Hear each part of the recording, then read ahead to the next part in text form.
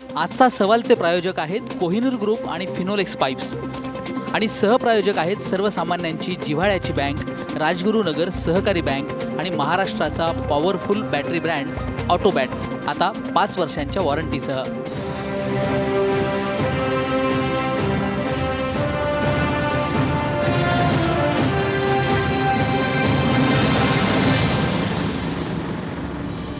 नमस्कार, मी आशिष जाधव. आजचा सवालमध्ये तुमचं स्वागत आहे. बरोबर 7 महिन्यांपूर्वी पंतप्रधान नरेंद्र मोदींनी नोटबंदीचा निर्णय घेतला होता. 500च्या आणि 1000च्या जुना नोटा ह्या 7 नोव्हेंबरपासून बाद झाल्या होत्या. त्यानंतर बरंच काही घडलं. नोटबंदीचे पडसाद जाणवायला लागले. नोटबंदीमुळं आर्थिक शिस्त लोकांना लागली असा दावा भाजपनं केला. तर अनेक क्षेत्रांमध्ये काहीसं स्लोडाऊन म्हणजे मंदी आल्यासारखं वातावरण हळूहळू दिसायला लागलं.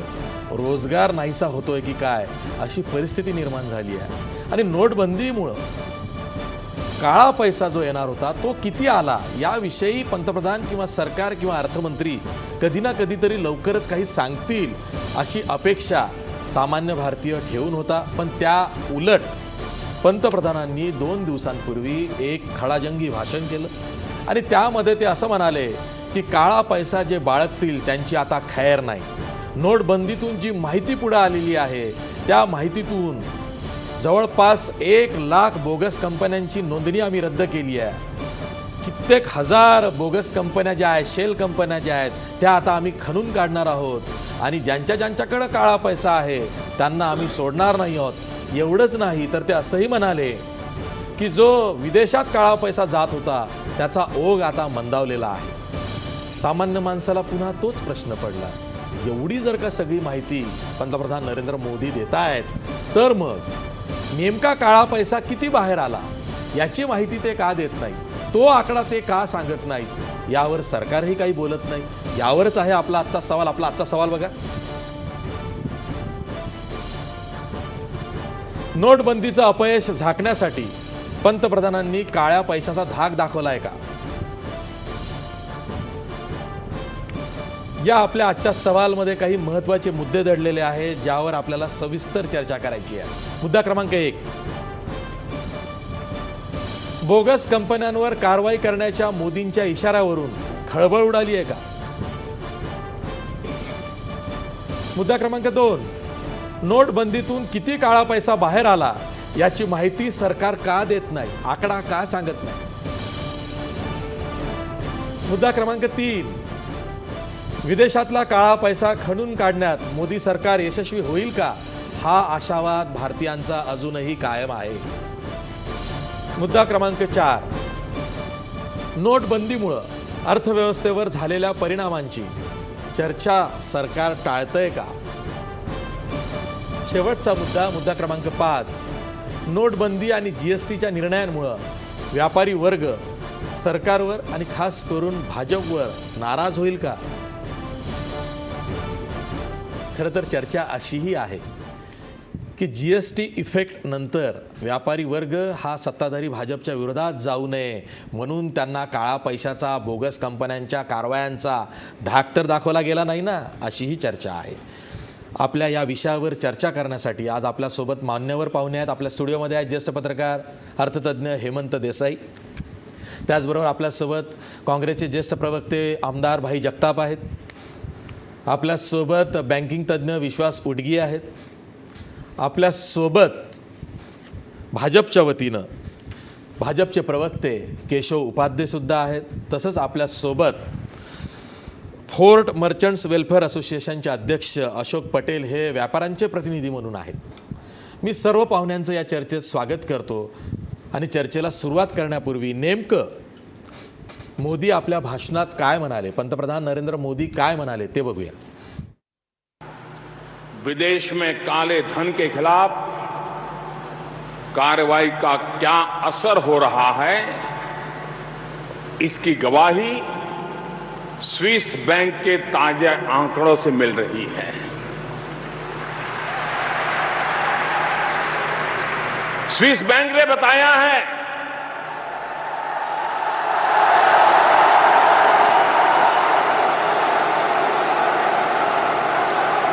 भारतीयों द्वारा जमा राशि अब तक के रिकॉर्ड में सबसे नीचे स्तर पर पहुंच गई है।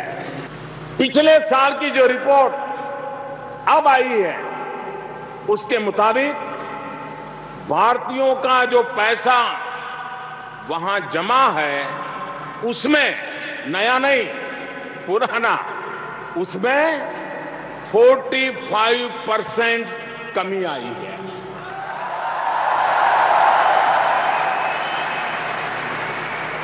दो 2014 से जिस दिन आपने मुझे काम दिया उस दिन से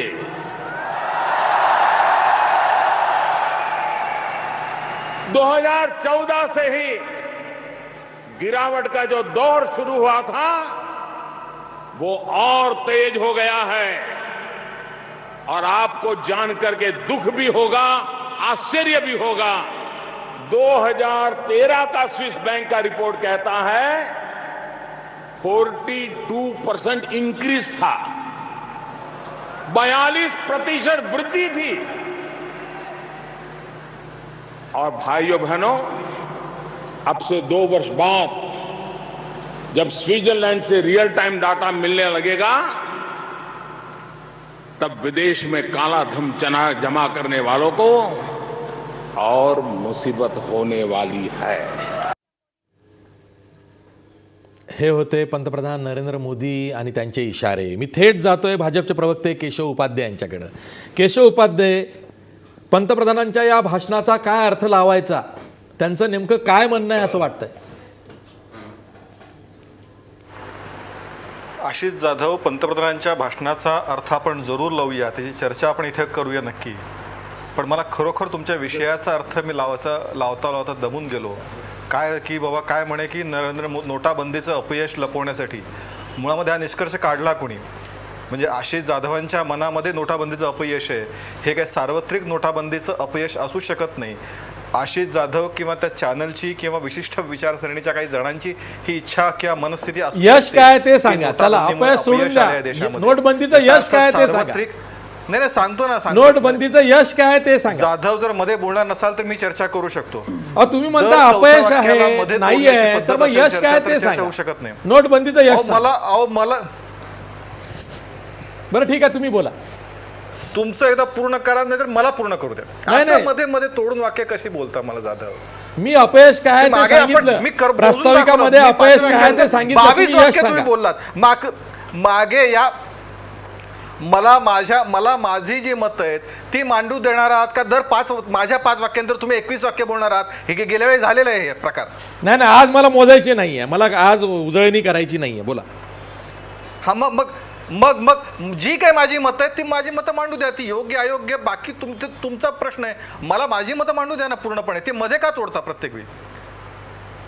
त्यामुळे मुळामध्ये या सगळ्या लक्षात घेतलं पाहिजे की नोटाबंदीचं मुळामध्ये एक लक्षात घेतलं पाहिजे, 2014 ज्यावेळी सरकार सत्तेत आलं तेव्हापासून काळ्या पैशाविरुद्ध आम्ही एक सातत्याने सरकारने पावलं उचलली आणि नोटाबंदी हे 8वं 9वं पाऊल होतं। अगदी साधं SIT नेम जी काँग्रेस सरकारने सुप्रीम कोर्टाने सांगितलं होतं SIT नेमा, ती SIT नेमण्याचं कष्टसुद्धा काँग्रेस सरकारने घेतले नव्हते। 3 वर्ष ते पडून होतं वारंवार सुप्रीम कोर्टाने सांगितल्यानंतर सुद्धा, कारण ती इच्छाशक्ती नव्हती। या सरकारने पहिल्या कॅबिनेटमध्ये निर्णय घेतला आणि SIT नेमली। त्या SITने सांगितलं पॅन कंपल्सरी करा, तो निर्णय सरकारने घेतला। रिअल टाइम डाटासाठी इतर देशांशी करार या सरकारने केले। बाहेरच्या देशातल्या प्रॉपर्टी आहेत त्याच्याबद्दलचं इथं तुम्हाला दाखवला पाहिजेत, अशा प्रकारचा कायदा इथे आणला। अशा अनेक गोष्टी केल्यानंतरनं 7वा 8वा निर्णय या सरकारचा हा नोटाबंदीचा होता। आणि त्याच्यानंतरनं आता एकूण रिफॉर्म्सच्या दृष्टिकोनातून सगळ्यात महत्त्वाचं पाऊल आहे GST या दृष्टिकोनातनं। त्यामुळे या सगळ्या भाषेमध्ये या देशातल्या जनतेला आज हे पटलेलं आहे की हे सरकार काळ्या पैशाच्या विरोधामध्ये कठोर कारवाई करत आहे, कारण जे आश्वासन आम्ही दिलं होतं आणि त्याचा आता स्विस बँकेचा अहवाल काही भारतीय जनता पार्टी सरकार करत नाही, तो देश काढत असतो। आता ती आकडेवारी सुद्धा तुम्हाला मान्य नसेल की तिथं ठेवणारे लोक जाणारे पैसे कमी होत चाललेत, कमी पैसे गेलेत, हे सुद्धा मान्य नसेल आणि आपण आपल्या मर्जीपुरतं फक्त म्हणायचं की नोटाबंदीचं अपयश आलं आणि अशा पद्धतीने चर्चा। आज मोदीनं आज म्हटलेलं आहे, त्याच्यावर आपण कुठं म्हटलं पाहिजे की GSTने देशाच्या अर्थव्यवस्थेवर चांगला परिणाम होणार आहे। आता ते तुम्ही मान्य नाही करणार का? तर तुमच्या वैचारिक अडचणी तुमच्यामध्ये मान्य करायला त्यामुळे अशा पद्धतीने एकांगी काहीतरी चर्चा करत बसायचं मला वाटतं जाधव हे बरोबर होणार नाही. हे या सरकारवरती आपण अन्याय करत आहात हे एवढं लक्षात ठेवा आपण. केशव उपाध्याय, नरेंद्र मोदींनी तर सांगितलं नाही, तुम्हाला माहिती असेल तर सांगा. आता 6 महिन्यांहून अधिक काळ नोटबंदीला झालेला आहे. नेमका किती काळा पैसा देशात सापडला? काळा पैसा 2 प्रकारे काळा पैसा. एक पहिला मुद्दा असा आहे की जो पूर्वीचा काळा पैसा 2014 पूर्वीपर्यंत जो जमा होत होता, जो परदेशात गेला होता, जो आत्ताच्या स्विस बँकेच्या रिपोर्टनुसार आलाय की तो कमी होत गेलाय 45-42% आजच ती आकडेवारी आपण आता ऐकली जी कमी झाली. हा पहिला मुद्दा. देशांतर्गत दुसरा काळा मुद्दा पैसा असा आहे की काळा पैसा नव्याने निर्माण होता कामा नये. माझी चर्चा पुन्हा जाधव, एकदा तुमच्या मनासारखं होऊन जाऊ द्या, मग मी बोलतो. नाही, देशांतर्गत काळा पैशाविषयी मी केशवराव, प्रश्न हा काय विचारलेला प्रकार आहे. केशवराव, हे काय प्रकार नाही, नाही, पण हा काय मधला काय म्हणजे काय मध्ये काय फार मोठा विचारवंत माणूस बसलाय आणि आम्ही सगळे त्यांचं आपलं हा. ऐकायचं. अहो, यांनी असं प्रश्न- काय नाही, नाही, नाही, नाही, तुमच्याकडे पण येतो. थांबा नाही, थांबा नाही, थांबा. तुम्ही माझ्या सांगा. प्रश्नाचं नाही, उत्तर तर नाही, येऊ दे. इकॉनॉमीचा- तुम्हाला प्रश्न इकॉनॉमीचा विचारण्याचा मास्टर अधिकार आहे, असं कसं चालेल? की नाही नाही, ठीक आहे ठीक मध्ये आहे. बोलायचं नाही, केशव असं कसं? केशव ठीक आहे. केशव तुम्ही नाही का अनेक वेळा तुम्ही केशव बोलता उपाध्याय, मध्ये. ही कसली देशांतर्गत भाषा? काळा पैसा किती हुडकून काढला गेला? आणि तो आमचा अधिकार आहे बरं का केशवराव. किती पैसा आला, किती पैसा गेला, बरं आम्ही ठीक आता आहे. बोलू. आमच्या- केशवरावांचा आमच्या- माझ्यावर अधिकार आहे, ते मला आमच्या- काही बोलू शकतात. नाही त्यांनी तुम्ही दोघं एकमेकाचं बघून घ्या, फक्त एवढंच की मुद्दे बाजूला राहता कामा नये एवढं. हा ठीक आहे. काळा पैसा किती आला? हा आपलं ते होतं ना काळा पैसा. काळा पैसा आशिष जाधव आणि आमची प्रेम आहे, मैत्री आहे, त्यामुळे आम्ही एकमेकांवरती प्रश्न उपस्थित करू शकतो. एक, भाई जगताप, हम दोनों के शादी में आप बेगाने क्यों बन रहे हैं? हाँ ये तो है, सही है कि शादी अगर इस असं आहे तरह की के त्यामुळे मुळात अननेचुरल तुमच्या- अगर होती तुमच्या- है तुमच्या- तो तुमच्या- अननेचुरल शादी में बेगाना बोलेगा. ठीक आहे, तुमच्या मूळ विषयाला मध्ये- बघायला नको. नाही असं आहे की असं एक मिनिट असं आहे भाई की एक साधारणतः आपण सगळे चर्चेचे पॅनलिस्ट आहोत. आपण ही माझा समज असा आहे की आपण एकमेकांचं बोलत असताना तोडत नाही. भले तुमचं म्हणणं मुद्दा मला मान्य नसेल, माझा मुद्दा तुम्हाला मान्य होऊ शकत नाही, पण तरीसुद्धा एकमेकांना तोडण्याची पद्धत नाही. त्यामुळे एकमेकांचं मांडणं पूर्ण होऊ द्या. भलेही ते चुकीचं असेल असं तुम्हाला वाटू शकतं, पण ते किमान पूर्ण करू द्या. ठीक आहे. असं आहे. त्यामुळे दुसरा मुद्दा असा आहे की नव्याने या देशामध्ये काळा पैसा निर्माण होता कामा नये, ही त्याच्या मागची भूमिका आहे. आणि त्याच भूमिकेतनं आज मोठ्या प्रमाणात ज्या प्रमाणामध्ये ट्रान्सपरन्सी डिजिटलायझेशन होत आहे, ज्या प्रमाणामध्ये ऑनलाईन व्यवहार वाढलेत आणि स्वाभाविकपणे आता तुम्हाला नाही पटणार, पण तरी सुद्धा नाही, या नव्याने देशामध्ये होऊ नये भ्रष्टाचाराला काळा कमी पैसा झाली आहे. निर्माण, हे पण अनेक आधीचा लोक किती मान्य आहे ते तर करतात. सांगा. बरोबर ना? नव्यानं होऊ नये याची खबरदारी घेताय. नाही, अरे मग असं आहे आधीचा ना, किती शेवटी सापडला ती हे लोक- सांगा ना. तो होईल ना, त्याची प्रोसेस पूर्ण होईल ना, जेव्हा येईल तुमच्यासमोर आकडे, ते काय लपणार नाही आज आकडे. बर. आणि जर आतापर्यंत मी असंच ते येईल आकडे, ते आकडे येणार समोर. बरं ठीक आहे, आम्ही पुन्हा तुमच्याकडनं येऊ. आता एक तुमच्याकडे आला येऊ. आकडा 42% कमी झालं स्विस ठीक आहे बँकेत. ठीक आहे ठीक आहे. आपल्यासोबत हेमंत देसाई आहेत. हेमंत देसाई, 6 महिने होऊन गेलेले आहेत नोटबंदीला. त्यानंतर त्या परिणामांची चर्चा सरकार म्हणून व्हायला नको? कुठल्याही अधिवेशनात ती होत नाही, कुठल्याही जाहीर कार्यक्रमांमधून ती होत नाही, कुठल्याही अधिकृत व्यासपीठावरनं ती केली जात नाही. कालच्या भाषणामध्ये ती चर्चा पंतप्रधान नरेंद्र मोदी करतील तर त्यांनीही ती टाळली. आणि केवळ यातनं ही माहिती मिळाल्यावरती आम्ही ही कारवाई करणार आहोत आणि मग त्यांना जेरबंद करणार आहोत आणि त्यांच्या गळ्याभोवती फास आवळणार आहोत, असं जे बोलतायत, त्याऐवजी नोटबंदीतून काय नेमकं बाहेर आलं एकदा जनतेला सांगा. हां, म्हणजे आता 2 प्रश्न महत्त्वाचे. म्हणजे केशवरावांनी ज्याचं उत्तर दिलं नाही, खरं म्हणजे त्यांनी द्यायला पाहिजे होतं. ते उत्तर असं आहे की सरकारची आकडेवारी अशी आहे की 80 लाखावरचे जी काही एकदम काही 80 लाख रुपयांवरच्या खात्यांमध्ये एकदम रक्कम वाढली, अशा प्रकारची जी खाती आहेत आणि ते 20 लाख ते 80 लाख या रेंजमधली जी आहेत, ते मिळून जवळजवळ 10 लाख कोटी रुपये असे जमा झालेले आहेत, असं सरकारचं म्हणणं आहे.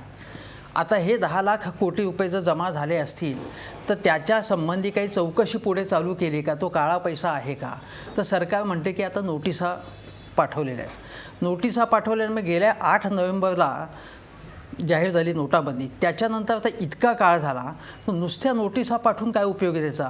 तर त्याचं किती खरोखर काळा पैसा आहे की ते नक्की झालं का, स्क्रुटिनी झाली का त्याची, हे आपल्याला स्पष्ट झाले नाही कुठल्याही प्रकारे. दुसरं म्हणजे हे सांगण्यात आलेलं होतं की परदेशामधनं मोठ्या प्रमाणामध्ये काळा पैसा आणणं. काही प्रोसेस चालू केले. केशवरावांनी सांगितलं अमुक काही 4 गोष्टी केल्यात आणि मी स्वागत करीन त्याचं. काळ्या पैशाच्याबद्दल कोणी कुठले काँग्रेस असो भाजप असेल काही कारवाई करत असेल तर स्वागत आहे. पण आता नरेंद्र मोदी जे सांगतायत की स्वित्झर्लंडमधलं हे काळा पैसा जो आहे आपल्या ज्या एक्झिस्टिंग ठेवी यासुद्धा कमी झालेल्या आहेत. शक्य आहे, चांगली गोष्ट आहे त्याच्यामधनं, पण कदाचित शिफ्टिंगसुद्धा झालं असेल ना पैशाचं. पैसा स्वित्झर्लंडमधनं दुसरीकडे जाऊ शकेल असे होऊ शकतं. तेव्हा ते सुद्धा आपल्याला नक्की कळलं पाहिजे. माझा प्रश्न असा आहे की चार्टर्ड अकाउंटंटच्या मेळाव्यामध्ये मोदींनी अप्रतिम भाषण केल्यास शंकाच नाही.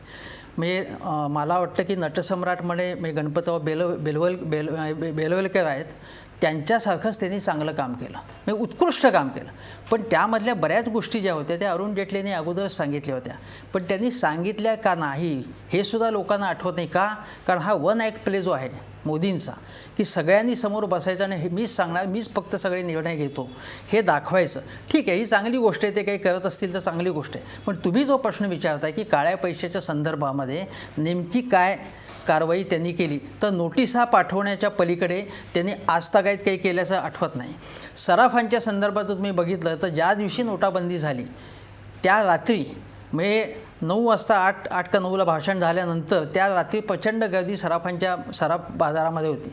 आणि त्याच्यानंतर अशी चर्चा होती की सराफांनी जे काही आपल्या नोंदवह्या आहेत किंवा रजिस्टर पुस्तकं आहेत त्याच्यामधल्या नोंदी बदलल्या त्यांनी आणि काळ्याचे पांढरे केले.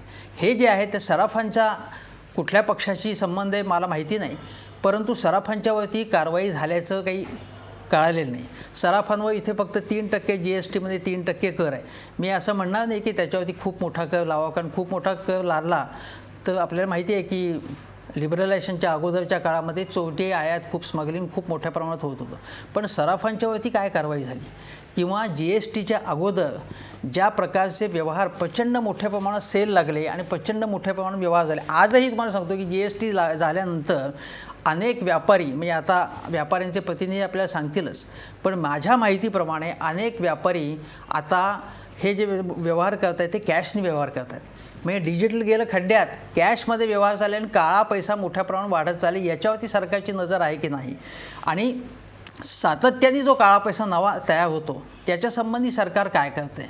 असं सांगण्यात आलं होतं की बांधकाम क्षेत्र आणि मायनिंग क्षेत्रामध्ये मोठ्या प्रमाणावरती काळा पैसा आहे, तो किती खणून काढला आहे याची आकडेवारी याची माहिती पुढे आली पाहिजे. बांधकाम क्षेत्र कमी झालेलं एकदम त्याचं ग्रोथ कमी झालेली आहे, त्यामुळे काळा पैसा कमी झाला का त्यामधला ही सगळी माहिती पुढे आली पाहिजे. पण आजही ही माहिती सरकारने अधिकृतपणे लोकांसमोर ठेवली नाही. फक्त चौकशी चालू आहे, तपास चालू आहे असं ज्याप्रमाणे CBI किंवा अन्य यंत्रणा सांगतात त्याचप्रमाणे उत्तर मिळते. त्यामुळे समाधान होत नाही आहे. आपल्यासोबत बँकिंग तज्ज्ञ विश्वास उडगी आहेत. विश्वास उडगी, तुमच्याकडं काहीतरी नक्कीच नवी माहिती असेल की नेमका सरकारकडं जेव्हा नोटा जमा करायला लागल्या जुन्या तेव्हा किती पैसा आला, किती त्यातला खरा होता, खोटा होता, काळा होता, काय नेमकी माहिती पुढे आली आणि सरकारने यावरती काय ऑथेंटिक माहिती जनतेला द्यावी. कारण हे सरकारची अकाउंटेबिलिटी पाहिजे, उत्तरदायित्व आहे की जनतेला खरं सांगावं. काय अपेक्षा आहे तुमची? 8 तारखेची अनाऊन्समेंट ही देशाच्या पंतप्रधानांनी केली. हा त्यांचा प्रिरॉगेटिव्ह पंतप्रधान म्हणून आहे, हेड ऑफ द गव्हर्नमेंट म्हणून आहे. पण करन्सी मॅनेजमेंटचा प्रिरॉगेटिव्ह हा रिझर्व्ह बँक ऑफ इंडियाचा आहे, being the regulator of the banking system. त्यामुळे उर्जित पटेलांची जबाबदारी आणि अकाउंटेबिलिटी तेवढीच महत्त्वाची आहे. आता नोटाबंदीचा निर्णय रिझर्व्ह बँक ऑफ इंडियाच्या कोणत्या बोर्डाच्या मिटिंगमध्ये घेण्यात आला या प्रश्नाला त्यांचं उत्तर आहे का? माझ्या माहितीप्रमाणे रिझर्व्ह बँक ऑफ इंडियाची बोर्ड मिटिंग 3 आठवड्यांत झाली आणि त्यावेळेस फक्त 5 किंवा 6 बोर्डाचे सभासद हजर होते. म्हणजे 15 बोर्ड सभासदांपैकी मोजके 4-5 सभासद हजर होते आणि त्या ठिकाणी त्यांनी रॅटिफाय करून घेतला पंतप्रधान मोदींचा निर्णय. आता हे रिझर्व्ह बँक ऑफ इंडियाची ऑटोनॉमी घसरत चालण्याचं फार मोठं लक्षण आहे. दुसरी गोष्ट, 2000ची नोट ही 7 नोव्हेंबरला तयार होती, त्यामुळे 8 नोव्हेंबरला नोटबंदी जाहीर केल्यानंतर 9 तारखेला बँकांमध्ये सुट्टी होती नॅशन वाईड हे काम करण्याकरता आणि 10 पासून सुरू झालं, तेव्हा 2000चीच नोट पहिली आली. आता रिझर्व्ह बँक ऑफ इंडिया तेव्हापासून ते आत्तापर्यंत एकूण बँकिंग सिस्टममध्ये करन्सी नोट्स किती होत्या आणि किती 500 आणि 1000च्या रिप्लेस झाल्या, याच्यामध्ये 500 आणि 1000च्या 86% त्याची व्हॅल्यू असणारं प्रपोर्शन होतं. आता प्रत्यक्षामध्ये 15,80,000 एवढे सगळे पैसे परत आलेले आहेत. मग काळा पैशाविरुद्धची लढाई म्हणून जर नोटबंदी जाहीर केलेली असेल पंतप्रधानांनी, तर असं उर्जित पटेलांनी म्हटलं आहे का? माझ्या माहितीप्रमाणे नाही. त्यानंतर RTIमध्ये जेवढे काही ॲप्लिकेशन्स तिकडे गेले तर पहिल्यांदा त्यांनी एक उत्तर दिलं आणि मॅचिंग झालेलं नाही आहे आणि त्यानंतर RTIवरची उत्तरं बंद झाली. याचं कारण एक सत्य जे आहे ते मान्य करायला पाहिजे की पठाणकोटच्या अपयशानंतर उरीचं सर्जिकल स्ट्राईक यशस्वी झाला आणि त्यानंतर नोटाबंदीचा जो प्रश्न आहे त्यातून निर्माण झालेला आहे तो एजन्सीचं यश आपल्या उरातमध्ये भरून घेऊन या देशाचा पंतप्रधान आपलंच हे यश आहे असं भासू पाहतोय आणि त्याच्यामध्ये सरकार अपयशी ठरलेलं आहे आणि रिझर्व्ह बँक ऑफ इंडिया पुढे अपयशी आहे. त्यामुळे काळा पैशाविरुद्धचा लढा हे ते करतच नाही आहेत. बाहेरून आलेला काळा पैसा किती हे सांगता येत नाही आहे. देशामधून किती काळा पैसा खणून काढला हे सांगता येत नाही आहे आणि नोटाबंदीच्या काळामध्ये प्रायव्हेट सेक्टर बँकांचा प्लॅटफॉर्म वापरून फार मोठ्या प्रमाणात काळा पैसा हा कुठे ट्रान्सफर झाला, विशेषतः ॲक्सिस बँक, ICICI बँक आणि HDFC बँक हे नोटरीज बँक आहेत आणि त्या ठिकाणी फार मोठ्या प्रमाणात नोटांची अदलाबदल झाली आहे. त्याचं इन्व्हेस्टिगेशन आजतागायत नाही. एकही प्रायव्हेट सेक्टर बँकिंग हेडला त्याचं लायसन्स रद्द होणं हे पब्लिक अकाउंट्स कमिटीमध्ये पण विचारणा झाली होती, लोकसभेत पण विचारणा झाली होती आणि त्या ठिकाणी उर्जित पटेल यांनी कुठलीच उत्तरं आम्हाला नाही दिली, जनतेला नाही दिली आणि पब्लिक अकाउंट्स कमिटीला पण नाही दिली. त्यामुळे सरकारने उत्तर नाही देणं, रिझर्व्ह बँक ऑफ इंडियाने उत्तर नाही देणं, काळा पैशाचा हिशोब न सांगणं, काँग्रेस पक्षांनी आणि डाव्या पक्षांनी हिसाब दो जबाब दो असा रिझर्व्ह बँक ऑफ इंडियावरती मोर्चा काढला. ते सगळ्यांवरती केसेस टाकलेले आहेत पोलिसांनी, महाराष्ट्र पोलिसांनी आणि ते अजूनही आम्ही भोगतो. पण या ठिकाणी जनतेला उत्तरदायित्व रिझर्व्ह बँक ऑफ इंडिया आणि भारत सरकार आहे किंवा नाही आणि RTIमध्ये आता जर तुम्ही अर्ज केलात ना तर तो जो काही एक्झेम्पशन कोड असतो ना ते एक्झेम्पशन कोणाचं आहे तर तुम्ही 27 एजन्सी ज्या आहेत ना त्यांची इन्फॉर्मेशन देणं एक्झेम्प्टेड आहे आणि म्हणून मी पहिल्यांदा सांगतो की 8 तारखेचं यश हे त्याच्यापूर्वी सर्जिकल स्ट्राईकचं हे एजन्सीचं यश होतं. त्याची नावं घेणं बरोबर नाही म्हणून मी घेत नाही, परंतु दुसरं यश घेता आलं असतं सरकारला पण त्यांनी राजकारण केलं या नोटाबंदीचं आणि नोटाबंदीचं राजकारण करता करता आता दमदाटी करतायत आणि त्यातून हे राजकारण दादागिरीचं राजकारण आहे. एका बाजूने लिंचिंगचं राजकारण, दुसऱ्या बाजूने धार्मिक तेढीचं राजकारण, तिसऱ्या बाजूने आर्थिक अराजकाचं राजकारण. हे कसलं आहे राजकारण?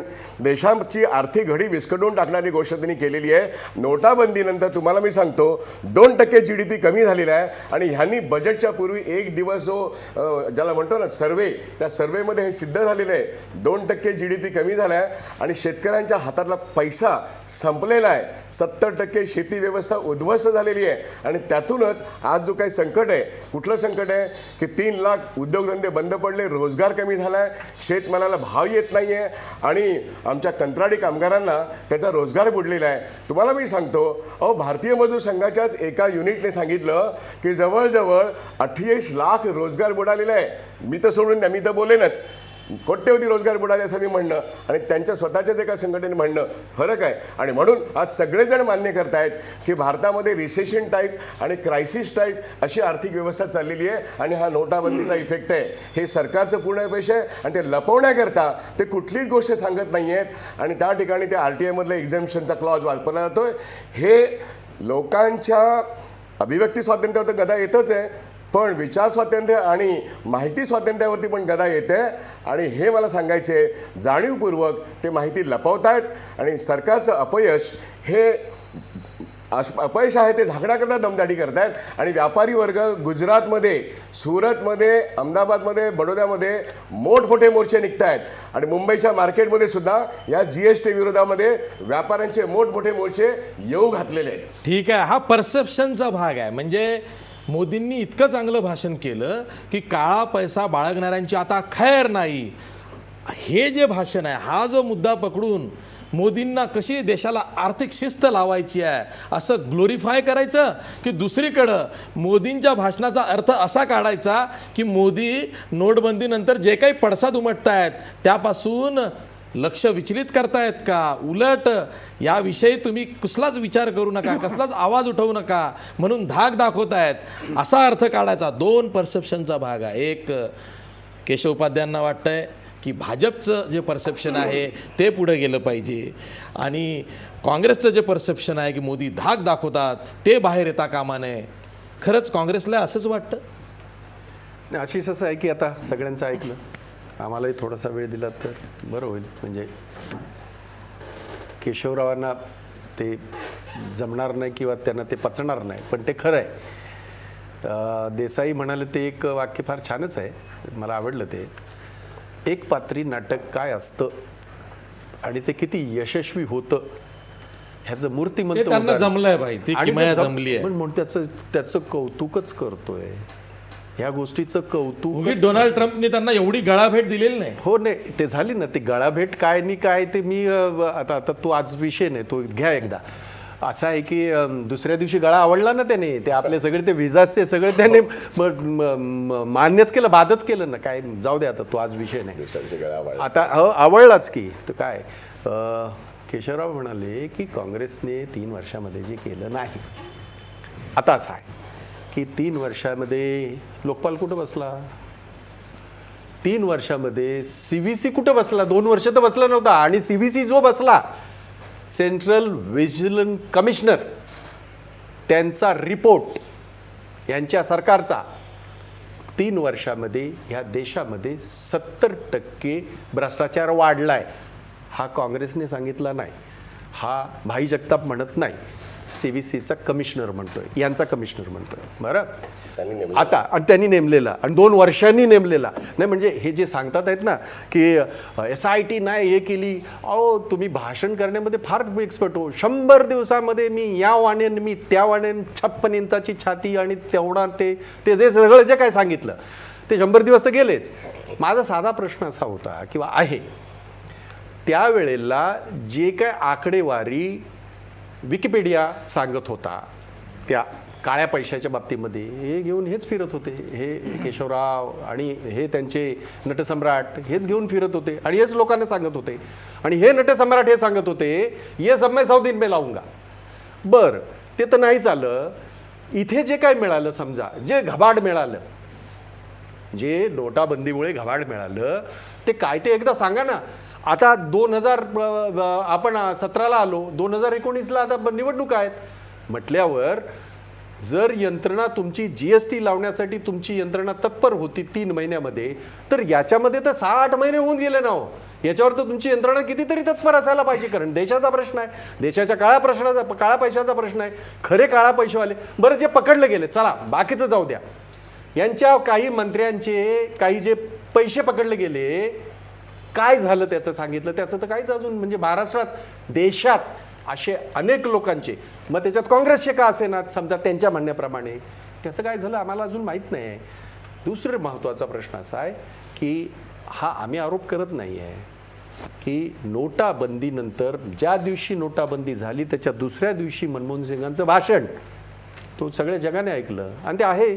त्यांनी तेव्हा सांगितलं होतं, दुर्दैवाने हा ज्या पद्धतीने हा निर्णय घेण्यात आलेला आहे ह्याच्यामुळे देश मागे जाईल आणि GDP कमी होईल, जो 2% कमी झाला. हा आमचा आरोप नाही, हा त्यांनी बदललेले निकष असून सुद्धा GDPचे ह्या देशाचे निकष बदले करून टाकले ह्या लोकांनी, दाखवायला की आम्ही डबल डिजिटमध्ये चाललो आणि जे काही निकष आहेत त्याची सगळी जी वाट लावली, तरी सुद्धा या देशाची इकॉनॉमी ही 2 GDP हा घसरला आहे. हा मी सांगत नाही, हा जेवढे एक्सपर्ट आहेत, आता ते केशवराव जरा जास्तच एक्सपर्ट आहेत, त्यामुळे त्यांचे डिफेंड करण्यात नाही ते एक्सपर्ट आहेतच, वादच नाही.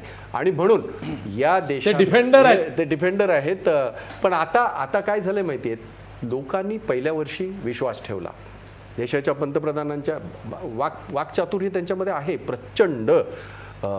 आणि ॲक्टिंग पण, आज पण एक ॲक्टिंग बघितली आम्ही राष्ट्रपतींच्या ह्याचं उद्घाटन करताना, एकदम भरभरून आलं त्यांना आणि ते फार बोलत म्हणाले त्यांनी माझी वडिलांसारखी काळजी हो नाही, चांगलं आहे, पण ते वाईट काहीच नाही, ते चांगलं आहे. एकदा बोलताना देशाचे पंतप्रधान असे म्हणाले की मला मारलं जाईल, म्हणजे देशाच्या पंतप्रधानांनी काय त्यावेळेलाही अश्रू हे सगळं आम्ही बघितलं. आम्ही विरोधक म्हणून नाही, देशाच्या पंतप्रधानांकडनं अपेक्षा निर्णयाची असते, भाषणाची नाही. भाषणं तुमची आम्ही ऐकली, 1 वर्ष ऐकली, 2 वर्ष ऐकली, 3 वर्ष ऐकली, अजून 2 वर्ष जर तुम्ही त्या भ्रमात असाल की अशीच भाषणं त्याच्यामध्ये गुरफटून ठेवून या देशाच्या जनतेला जर तुम्ही परत एकदा गृहीत धरून चालला असाल, तर केशवराव तुम्ही डिफेंड कितीही जरी केलं तरी सुद्धा जेव्हा देशाच्या जनतेचा, सर्वसामान्यांचा यॉर्कर जेव्हा चालतो त्यावेळेला एकही तुमची विकेट शिल्लक राहणार नाही हा इशारा समजा. ठीक मला- आहे ठीक मला- आहे, हा मला माहित काँग्रेसचा नाही. आशावाद आहे, हा, त्यावर आशावाद केशव नाही, उपाध्याय हा हसतायत. इशारा आहे. हा मी break इशारा आहे. नंतर हा अशोक इशारा आहे. पटेल यांच्याकडे एक- जाणार एक- आहे. एक- एकच मिनिट. त्याच्यामध्ये असं आहे की त्यांनी याचं सांगितलं म्हणून की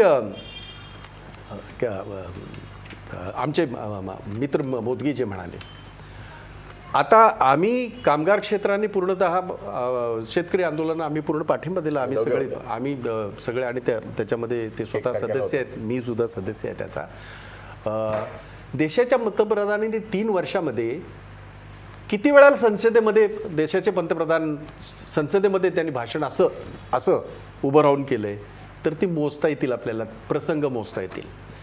त्या याच्यामध्ये देशाच्या कष्टकऱ्याबाबतीमध्ये एकही शब्द बोललेलं माझ्या देशाच्या पंतप्रधानांना मी ऐकलं नाही. त्यांच्या संबोधनामध्ये एकही त्यांचं वाक्य असं की मैं याव करू त्याव करू हे वाक्य मी देशाच्या शेतकऱ्यांबद्दल ऐकलं नाही. एवढंच नव्हे तर देशाचा शेतकरी सगळीकडनं आज ज्या पद्धतीने हे करतोय, पाऊस झाला हे चांगला आहे आणि अजून चांगला व्हावा, परंतु देशाच्या पंतप्रधानांनी एक वाक्य बोललेला मी ऐकलेलं नाही. मोदगी म्हणाले ते खरं आहे, आरोप आम्ही करत नाही आहे. BMS त्यांची कामगार संघटना आहे, त्यांनी सांगितलंय 48 लाख रोजगार ह्या देशाचे कमी झाले आणि जवळजवळ 3 लाख कंपन्या बंद पडल्या. हे मी म्हणत नाही, हा काँग्रेसचा आरोप नाही, हा BMS चा त्यांची जी संघटना आहे, फेडरल बॉडी भारतीय मजदूर संघ, हा जो फेडरल त्यांचा जो या आहे त्याचा आरोप आहे. त्यामुळे तुम्ही हसत राहा. ठीक आहे ठीक आहे ठीक आहे. केशव उपाध्याय हसतायत, त्यांच्याकडनं पण मला उत्तर घ्यायचं आहे. पण मला ब्रेक नंतर एकूणच नोटबंदी, GST आणि नरेंद्र मोदी या तिन्ही मुद्द्यांवरती व्यापारी वर्गामध्ये आता नेमकं वातावरण काय हे चाचपडून बघायचं आहे. अशोक पटेल आपल्यासोबत आहेत, जी फोर्डमधली मर्चंट्सची म्हणजे व्यापाऱ्यांची असोसिएशन आहे त्याचे ते अध्यक्ष आहेत, त्यांच्याकडे जायचं आहे. पण ब्रेक नंतर, ब्रेकवर जाता जाता आपला प्रश्न बघा. नोटबंदीचं अपयश झाकण्यासाठी पंतप्रधान नरेंद्र मोदी यांनी काळ्या पैशाचा धाक दाखवलाय का? 65% लोक म्हणतायत होय, पंतप्रधान नरेंद्र मोदी यांनी नोटबंदीचं अपयश झाकण्यासाठी काळा पैशाचा धाक दाखवलाय, बोगस कंपन्यांवर कारवाई करण्याचा इशारा दिलाय. पुन्हा भेटूया ब्रेक.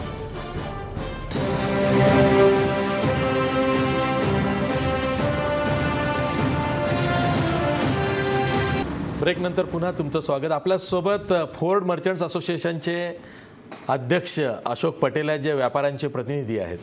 अशोक भाई, अभी फिलहाल अब 3 साल हो गए मोदी सरकार को. नोटबंदी, GST और खुद नरेंद्र मोदी, ये तीनों को लेके व्यापारी वर्ग क्या सोचता है? ऐसा था कि कई समय से हम लोग देख रहे थे कि अच्छे दिन आएंगे अच्छे दिन आएंगे. एक तो नोट में हमारी बुरे दिन आए, उसके बाद में भी GST आई. GST का हम विरोध नहीं करते हैं, लेकिन ऐसा प्रॉब्लम कर दिया है कि 1/4 को GST बिल पास करना चाहिए, उसकी जगह पे अभी 1 तारीख को उन्होंने पास कर दिया बिल. लेकिन व्यापारी असमझ है. आज की तारीख में भी एक भी बिल कोई दुकानों में, कोई शोरूम में GST का बिल आज तारीख में कोई फटा नहीं है. दूसरी बात है कि छोटी छोटी आइटम बेचने में और पेपर बिगाड़ने में और CA चार्टर्ड अकाउंटेंट रखने का, एक कंप्यूटर ऑपरेटर रखने का किसको परवड़ेगा? आज हमारे पास कंप्यूटर तो है नहीं. कोई दुकानों में व्यापारियों के पास जाओ, कहाँ से लेंगे? 30-35 हज़ार रुपया कंप्यूटर का लगता है, फिर उसको 15,000 वाला नौकर रखो. ये परवड़ने वाली बिल्कुल बात नहीं है. सरकार बोलती है कि 20,000 के नीचे टर्नओवर वाले लोग को GST फॉर्म भरने की नहीं है. लेकिन आज की तारीख में 2-3 उदाहरण आपको देता हूँ कि आप देख लो, लिकिंग रोड देख लो, हिल रोड देख लो, दादर देख लो और फैशन स्ट्रीट देख लो. पर डे 25,000, 50,000, लाख रुपए का व्यापार करते क्या वो आदमी GST भरेगा? सरकार को ये पूछना चाहता हूँ. दूसरी बात है कि जैसा भाई जगताप ने बताया, मैं भी मानता हूँ नरेंद्र मोदी साहब को 100 लेटर लिखा होगा, 60 का जवाब भी मेरे को आया है. लेकिन भय और भ्रष्टाचार आज की तारीख में बिल्कुल दूर नहीं हुआ है. उजैत पटेल को हमने कई बार लेटर लिखा नोट के बारे में. नोट है वो बड़े बड़े घरों में चली गई, मिनिस्टरों के घर में चली गई, IAS ऑफिसर के घर में चली गई, IPS ऑफिसर के घर में चली गई. और हमारे मुख्यमंत्री क्या कहते हैं, जो बड़े अधिकारियों का नाम आया कि उनको क्लीन चिट दे दी. ठीक है, आपकी सरकार है, आप क्लीन चिट दे दो, हमको कोई उसमें प्रॉब्लम नहीं है. लेकिन आजकल आईएएस ऑफिसर मंत्रालय में बैठे हुए कलेक्टर लेवल के ऑफिसर क्या करते हैं, हम लोग कंप्लेंट लिखते हैं रोज, कंप्लेंट लिखने के बाद हमको बुलाते स्टेटमेंट के लिए और वहीं रफा दफा कर देते हैं। तो सरकार को ये बताइए कि एसीबी काय के लिए रखा है, सीबीआई आपने काय के लिए रखा है। ये व्यापारियों की परेशानी उल्टी बढ़ जाएगी और व्यापारी हताश होकर जैसे फार्मर कर रहे हैं ऐसा ही आजकल हमारे में भी कई लोग आपघात कर रहे हैं, लेडीज आपघात कर रहे हैं, जेंट्स आपघात अभी 2 महीने के अंदर कई दाखिले हमारे उधर हुआ है। दूसरी बात यह है कि टेस्टरी के ऊपर 28% लगाया। हम लोग दिल्ली गए थे, हमारे 6 व्यापारी प्रतिनिधि गए थे, अरुण जेटली साहब ने बिल्कुल समय दिया नहीं, एससीए चार्टर्ड अकाउंटेंट वाले को टाइम दिया, लेकिन वो काले कोट वाले हैं और हम लोग मजदूर लोग हैं। ये मजदूर लोग ने दुनिया बनाई है। आप सरकार को पूछो कि हम लोग मेहनत करके बम्बई बनाई है, महाराष्ट्र क्या दुनिया बनाई है, भले अनपढ़ लोग हैं, लेकिन आज हमको जो सताया जाता है बाबू द्वारा, हर एक डिपार्टमेंट में पैसा लेते, क्या उसके ऊपर जीएसटी लगेगी? सरकार को पहला मेरा प्रश्न है कि उसके ऊपर जीएसटी लगेगी क्या? अगर मेरे को सीबीआई एसीबी में बैठा दो 80% में भ्रष्टाचार कम करके दिखाऊं, नहीं करके दिखाया ना तो आप कोई बंबई में नहीं रहूंगा। लेकिन सरकार की मंशा भ्रष्टाचार कम करने की बिल्कुल नहीं है। आज की तारीख में स्क्रूटिनी के नाम पे करोड़ों रुपया हवाले से जाता है। आशीष जी, आपको मालूम नहीं होगा, यहां से अहमदाबाद भेजा, अहमदाबाद पहुंच गया, रिटर्न आया बंबई, रिटर्न आया कानपुर, रिटर्न आया सोलापुर, रिटर्न आया कोल्हापुर। ये क्या है? हमको व्यापारी को जरा संतोष दो। 28% जो जीएसटी हमारे स्टेशनरी में लगाया परवड़ने वाला नहीं है, क्योंकि उसमें स्कूल आ जाती है, कॉलेज आ जाती है, कई संस्थाओं आ जाती है। क्या उसको 28% हम लोग स्कूल वाले को करेंगे? बच्चा पैदा होता है 10 लाख डोनेशन, 5 लाख डोनेशन, बच्चा बड़ा हुआ, अच्छी कॉलेज में एडमिशन लेना है 5 लाख 10 लाख, ये कौन सा तरीका है? और डॉक्टर बनाना है, वकील बनाना है तो 50 लाख 45 लाख, सरकार उसके ऊपर ध्यान नहीं देती है और उद्योगपति के ऊपर ध्यान देती है। उद्योगपति ये पूरा राज चलाएंगे और छोटे छोटे व्यापारियों को, हमारे बच्चे को नौकरी करना पड़ेगा। साहब ऐसे वक्त आएगा। ठीक आहे केशव उपाध्याय, उत्तर द्या। व्यापाऱ्यांनी आपली मळमळ व्यक्त केलेली आहे, बोला. त्यांचं आहे असं आहे, मुळामध्ये एक लक्षात घेतलं पाहिजे, त्यांचा कोणता व्यापार आहे आणि जर ते 28%, कारण 28% कर हा फक्त लक्झरीज आयटमवरती आणि तशा संबंध आयटमवरती आहे. ठीक आहे, तो असेल, मला माहित नाही त्यांना कोणता व्यापार ते करतात, पण मुळामध्ये एक गोष्ट लक्षात घेतली ते पाहिजे. संबंध व्यापाऱ्यांचं प्रतिनिधित्व करतात. एक मिनिट, माझं एक मिनिट. असं आहे की मुळामध्ये एक गोष्ट लक्षात घेतली पाहिजे की जीएसटीचे जे रेट स्लॅब झालेत हे काहीतरी अरुण जेटलींना वाटले किंवा अन्य कुणाला वाटले म्हणून ठरलेले नाही आहेत. गेल्या 30 सप्टेंबर 2016 पासून गेल्या वर्षभरामध्ये जीएसटी काउन्सिल, ज्याच्यामध्ये काँग्रेस सर्वपक्षीय अर्थमंत्री सामील होते, अशांच्या 17 मीटिंग झाल्या. जवळपास 20,000 ऑफिसर यासाठी काम करत होते आणि 200 काहीतरी त्याचे काही तास, त्याचे मानवी तास त्याचे आहेत 20,000 तास काही. इतक्या तासानंतरनं अशा प्रकारचं टॅक्स स्ट्रक्चर झालं. त्यामुळे कुठेतरी अरुण जेटलींना वाटलं म्हणून तर ते 28% लावा, कुठेतरी अरुण जेटलींना वाटलं म्हणजे ते 3% लावा. अशा प्रकारचं झालं नाही. तर जीएसटी काउन्सिलमध्ये सर्व देशातल्या अर्थमंत्र्यांच्या बैठका वारंवार झाल्या, तासनतास बैठका झाल्या आणि त्यातनं चर्चा होऊन झाली. तुमच्या माहितीसाठी सांगतो, या ठिकाणी जसं महाराष्ट्र किंवा मोठ्या राज्यांना 20 लाखापर्यंतच्या व्यापार करणारा एक्झम्पशन आहे, पण त्याचवेळी नॉर्थ ईस्टमधली जी छोटी राज्य आहेत त्यांच्या दृष्टीने 20 लाख अमाऊंट खूप मोठी होती, म्हणून त्यांच्यासाठी 10 लाखाची अमाऊंट ठेवण्यात आली. त्यामुळे इतका बारकाईने विचार त्या ठिकाणी केला गेला. आत्तापर्यंत किती टॅक्स द्यावा लागत होता, त्यातल्या टॅक्सशी रिलेट करून हा नवीन टॅक्स निवडला गेला. त्यामुळे बाबा पूर्वी काहीच द्यावं लागत नव्हतं, आता एकदम 28% द्यावं लागलं, असं घडलेलं नाही. त्यांचा आत्तापर्यंत ऑक्ट्रायस आहेत बाकीचे जे होते, म्हणजे 17 टॅक्सेस आत्तापर्यंत रद्द झाले, 56 सेस रद्द झाले आणि त्याच्यानंतर जीएसटी आलं. एक लक्षात घेतलं पाहिजे. केशवराव, माझा एक साधा आणि सरळ प्रश्न आहे. केशवराव, माझा साधा आणि सरळ प्रश्न आहे. जर का एक देश एक कर करायचं होतं तर मग पेट्रोल, डिझेल आणि दारू ही का राज्यासाठी मोकळी करून ठेवली मनमानी पद्धतीनं तिचे दर वाढवण्यासाठी? सिगरेट, फ्रीज, त्याचं उत्तर देतो तुमच्या या प्रश्न आणि अधिक अजून सांगा, विचारा काय.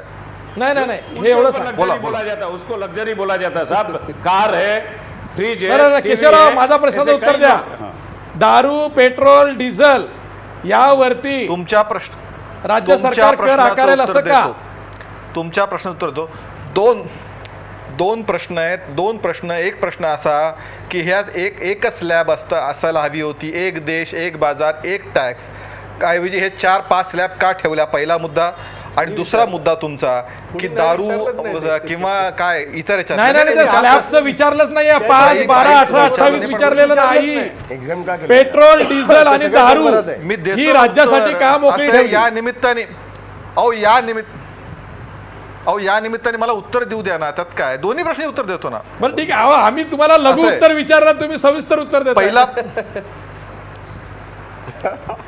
परत अरे असं कसं असं दोन मुद्दे याच्यामध्ये. एक तर असं आहे की प्रबंध लिहिला.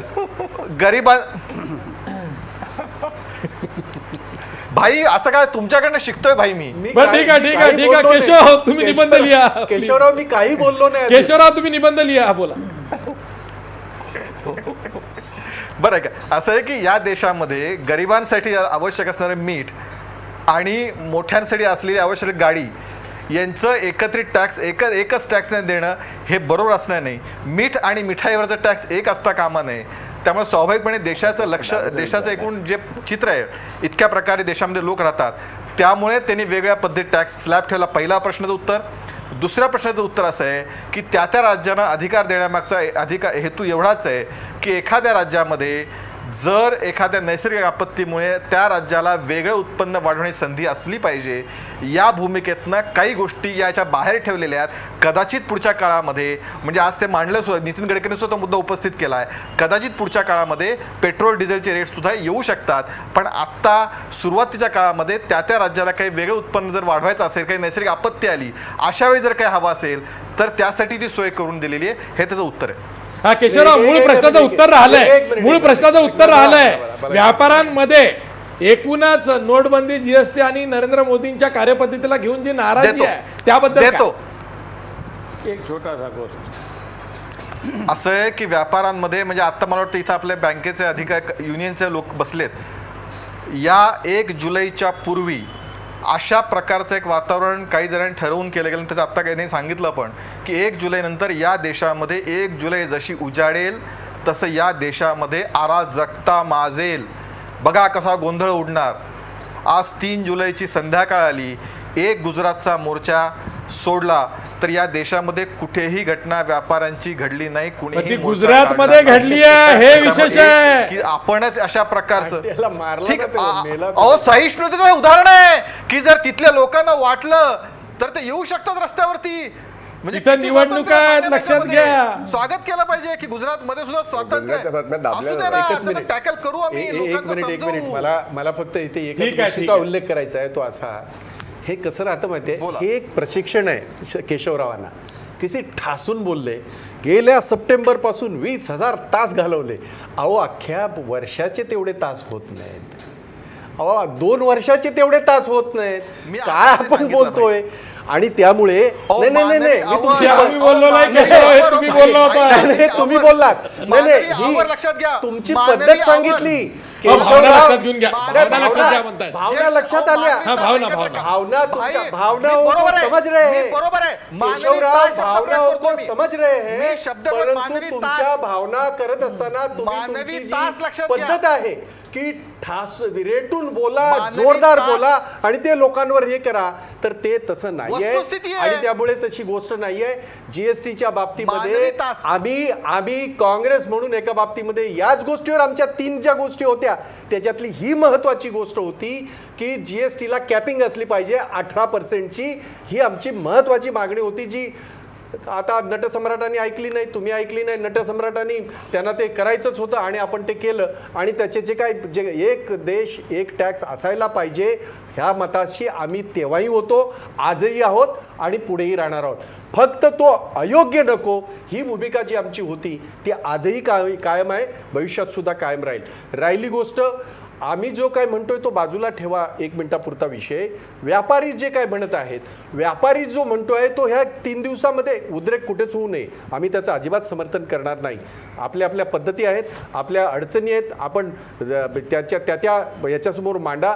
उद्रेक कुठेतरी व्हावं आणि त्याच्यापासून काहीतरी सरकारला त्रास व्हावा असं अजिबात आमचं मत नाही. पण आमचं मत जरी काही जरी असलं केशवराव, तरी हे तुम्ही कसं हे करू शकता?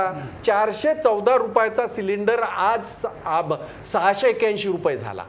आता तरी सुद्धा आम्ही बोलायचं नाही, तरी आम्ही तिथले तुमची होर्डिंग बघायच्या. काय होर्डिंग बघायच्या? 2000 महिलाओने अपना अधिकार. ठीक आहे, आता काय त्याच्याशी संबंध नरेंद्र मोदींचा? तरी सुद्धा आम्ही म्हटलं चला ठीक आहे, काय हरकत नाही.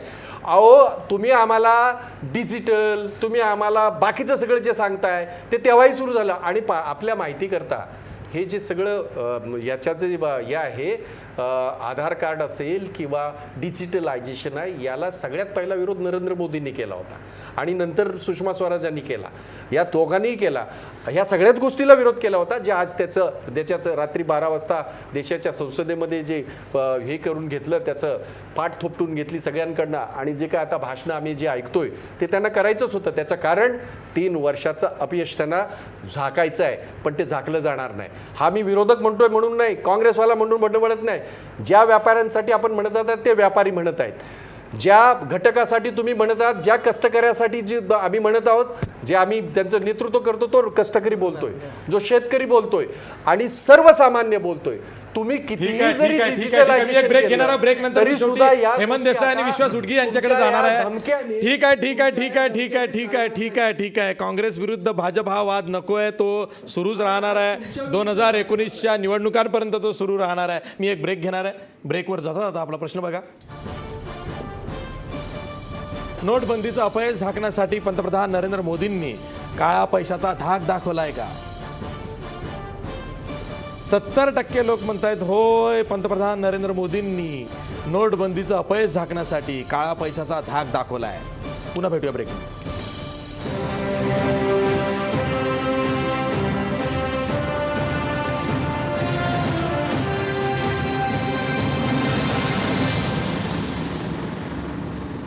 ब्रेक नंतर पुन्हा तुमचं स्वागत. मी बँकिंग तज्ज्ञ विश्वास उटगी यांच्याकडे जातो. पंतप्रधान नरेंद्र मोदी त्यांच्या भाषणात असं म्हणाले की ज्या बोगस कंपन्या आहेत त्यांच्यावर आम्ही कारवाई करू. 1 लाख बोगस कंपन्यांची नोंदणी आम्ही रद्द केली आहे आणि ज्या शेल आणि बोगस कंपन्या आहेत त्यावरती आता आम्ही कठोर कारवाई करणार आहोत. त्यामुळं बोगस कंपन्यावाल्यांचे धाबेदार आणलेले. मी 2-3 मुद्दे मांडतो. नोटाबंदीनंतर 1 लाख कंपन्या त्यांनी बंद केल्या असं त्यांचा दावा आहे का? असं जर म्हणणं असेल ते तद्दन खोटं आहे. ते म्हणाले बोगस कंपन्यांच्या रजिस्ट्रेशन म्हणजे नोंदणी आम्ही नोटाबंदीनंतर 1 लाख कंपन्यांचे रजिस्ट्रेशन रद्द केलं असं त्यांचं म्हणणं आहे, असं वर्तमानपत्रातून छापून आलेलं आहे. पण गेल्या 25 वर्षात उदारीकरणाच्या प्रक्रियेमध्ये हर्षद मेहताच्या कालखंडानंतर ज्यांनी मार्केटमध्ये जाऊन IPO काढला आणि पैसा गोळा केला त्या बहुतेक कंपन्या त्यांनी गाचा गुंडाळलेला आहे आणि फसवणूक केली आहे. त्याच्यामध्ये कलेक्टिव्ह इन्व्हेस्टमेंट स्कीमच्या कंपन्या भरपूर आहेत आणि ह्या बऱ्याचशा लिस्टेड आहेत, त्या गायब झालेल्या आहेत. त्यामुळे त्यांनी ॲक्शन नोटाबंदी नाही केल्यानंतर सांगतात हा दावा काही पटण्यासारखा नाही.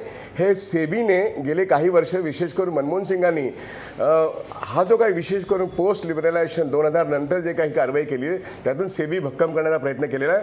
त्यामुळे बोगस कंपन्या तेव्हापासून बंद करणं किंवा कारवाई करणं हे सेबीने सुरुवात केली आहे. त्यामुळे त्याचा दावा, त्याचा क्लेम करणं ह्यांनी हे गैर वाटतंय किंवा चुकीचं वाटतंय. दुसरी गोष्ट अशी, काळा पैशावरती तुम्ही हल्ला करता असं जर म्हणत असाल तर स्विस बँकेतून बराचसा काळा पैसा कमी झाला आहे, त्याचवेळी इथे सोन्याचा भाव कसा वाढतोय? तुम्ही स्वित्झर्लंड आणि भारत यांच्यातला आयात निर्यातीचा भाग बघा, तिथे सोनं लिक्विडेट होऊन भारतामध्ये येत आहे. हा एक भाग. दुसरा भाग, पी नोट्स मार्फत म्हणजे मॉरिशस रूट मार्फत किती पैसा गेला 3 वर्षामध्ये FI मध्ये आला, तिथे लिक्विडेट होतो पैसा आणि तो पी नोट्समधून होतो. हे तुम्हाला भारतामध्ये फॉरेन इन्स्टिट्यूशनल इन्व्हेस्टर जे आलेले आहेत पी नोट्सच्या मार्फत, ह्याची नावं काढा बघूया. ते नावं डिस्क्लोज करायची नसतात म्हणून ती सांगत नाहीत, पण वास्तविक सगळा काळा पैसा या रूटने येतो. तिसरी गोष्ट, पनामा पेपर्समध्ये गेल्या वर्षी जी काही नावं आली त्यात अमिताभ बच्चन, ऐश्वर्या बच्चन आणि 500 मोठे कन्स्ट्रक्शन कंपन्या आणि कॉर्पोरेट कंपन्यांची नावं आहेत. याच्याविरुद्ध तुम्ही ॲक्शन केली का? त्या तिथे नवाज शरीफ, त्याच्याविरुद्ध इम्रान खान तुडून पडलेला आहे आणि तिथे महाअभियोग चाललेला आहे. जगभर पुतीनच्या विरोधात लढा चाललेला आहे आणि या ठिकाणी भारतामध्ये काळ्या पैशावरची लढाई म्हणून सांगता आणि 500 कॉर्पोरेट कंपन्या पनामा पेपर्समध्ये आहेत. हा भारतातून बाहेर गेलेला काळा पैसा आहे आणि तो आयडेंटिफाय झाला आहे. तो आणला तर फिस्कल डेफिसिट माझं म्हणणं पूर्ण वाईपआउट होईल. आहे का हिंमत या देशाची सरकारची?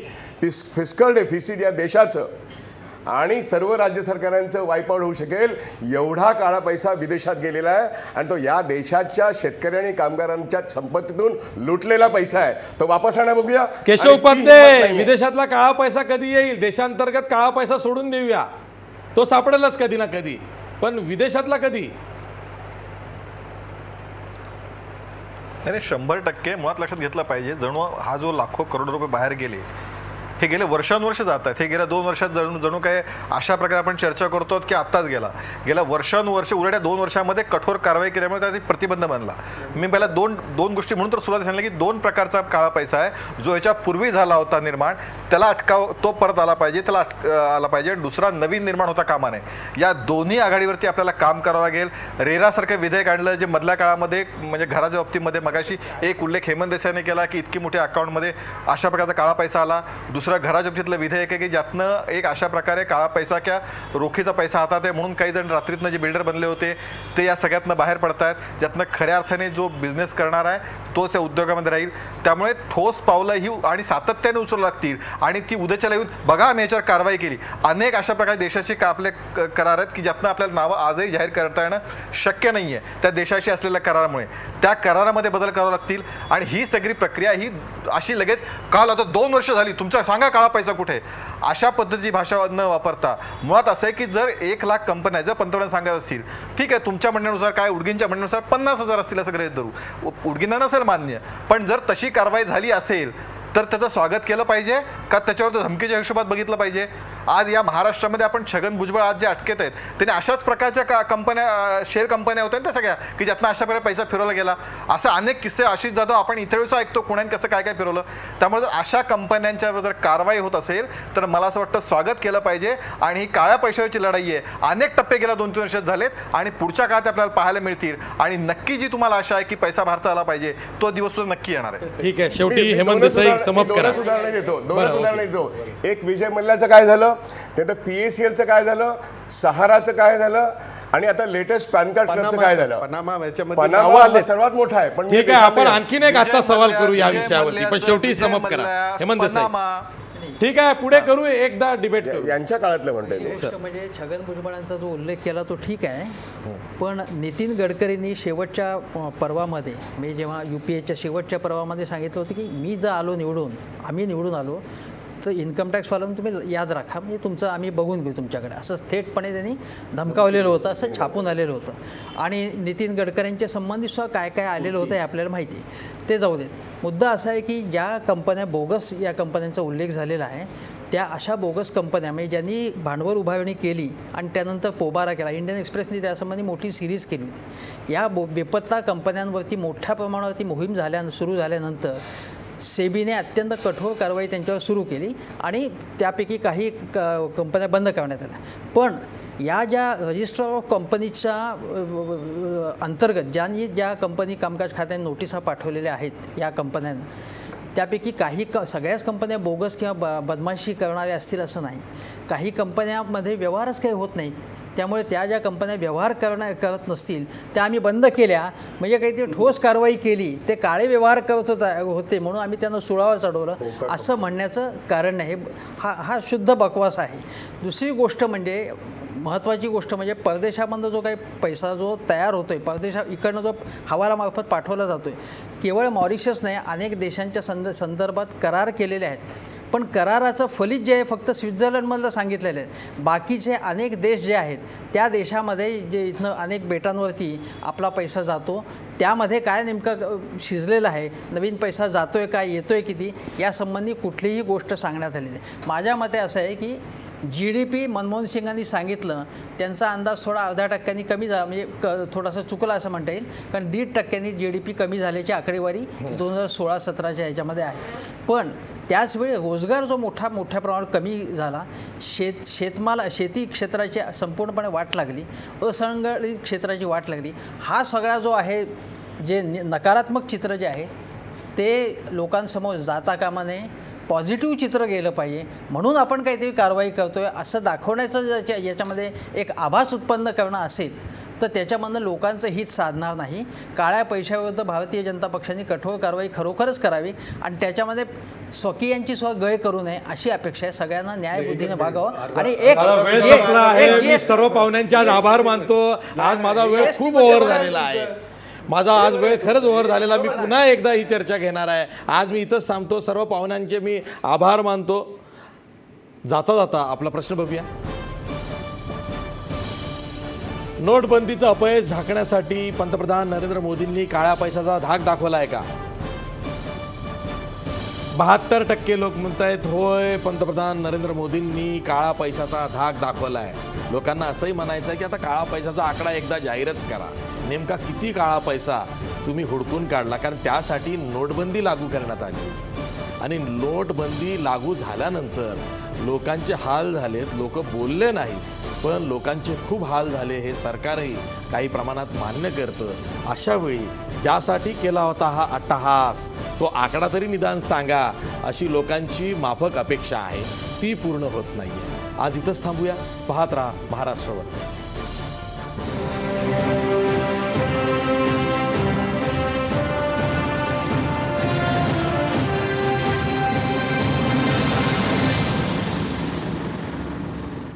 आजचा सवालचे प्रायोजक आहेत कोहिनूर ग्रुप आणि फिनोलेक्स पाईप्स आणि सहप्रायोजक आहेत सर्वसामान्यांची जिव्हाळ्याची बँक राजगुरू नगर सहकारी बँक आणि महाराष्ट्राचा पॉवरफुल बॅटरी ब्रँड ऑटोबॅट, आता 5 वर्षांच्या वॉरंटीसह.